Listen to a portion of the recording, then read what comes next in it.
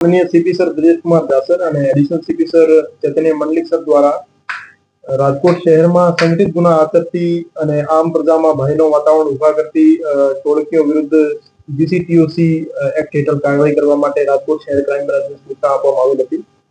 આ સૂચના અન્વયે માનનીય ક્રાઇમ એસીપી શ્રી ભરતવસિયા સાહેબના માર્ગદર્શન હેઠળ પીઆઈસી ગોંડલિયા સાહેબ, પીઆઈસી ડામોર સાહેબ અને પીઆઈસી જાદવ સાહેબ અને પીએસઆઈ શ્રી સીવી જાડેજા સાહેબની ટીમ દ્વારા રાજકોટ શહેર વિસ્તારમાં રામદેવ ડાંગર ગેંગના જે સભ્યો છે એ ખૂનની કોશિશ, સરકારી નોકર પર હુમલો, ઈજા, રાયોટિંગ અને ગેરકાયદેસર આર્મ્સ જેવા ગુના આચરતી હતી એ ટોળકીને આઈડેન્ટિફાઈ કરી એના વિરુદ્ધ એક જીસીટીઓસી એક્ટ હેઠળ કાર્યવાહી કરી છે।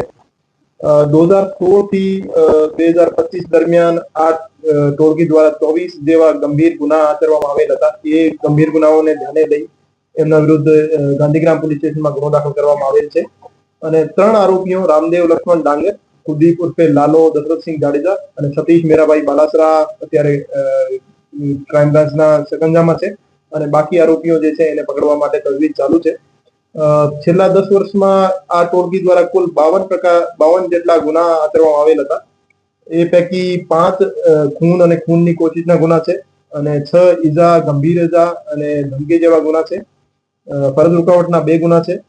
શરાબના પ્રોહિબિશન એક્ટના 5 ગુના છે। ગેરકાયદેસર આર્મ્સના 6 ગુના છે અને આ સિવાય જમીન પચાવી પાડવાના અને ખંડણીના પણ ગુનાઓ એ ટોળકી વિરુદ્ધ દાખલ છે। આ ટોળકીની પ્રોપર્ટીઝ આઈડેન્ટિફાઈ કરી એને અટેચ કરવામાં આવશે અને તમામ સભ્યોને જેલ હવાલે કરવામાં આવશે અને આ સિવાય પણ રાજકોટ શહેરમાં સંગઠિત ગુના આચરતી ટોળકીઓને આઈડેન્ટિફાઈ કરવાની કાર્યવાહી ચાલુ છે અને એના વિરુદ્ધ પણ જીસીટીઓસીની કાર્યવાહી કરવામાં આવશે। અત્યારે હાલની પરિસ્થિતિએ જે એનો ગુનો દાખલ કર્યો છે 5 મેમ્બર્સ વિરુદ્ધ દાખલ કર્યો છે, એમાંથી 3 રાજકોટ શહેર ક્રાઇમ બ્રાન્ચ। છેલ્લા 1 વર્ષમાં વાત કરીએ તો આ 8મી જીસીટીઓસીની કાર્યવાહી છે અને લગભગ 90 જેટલા આરોપીઓને અમે જીસીટીઓસી હેઠળ જેલ હવાલે કર્યા છે।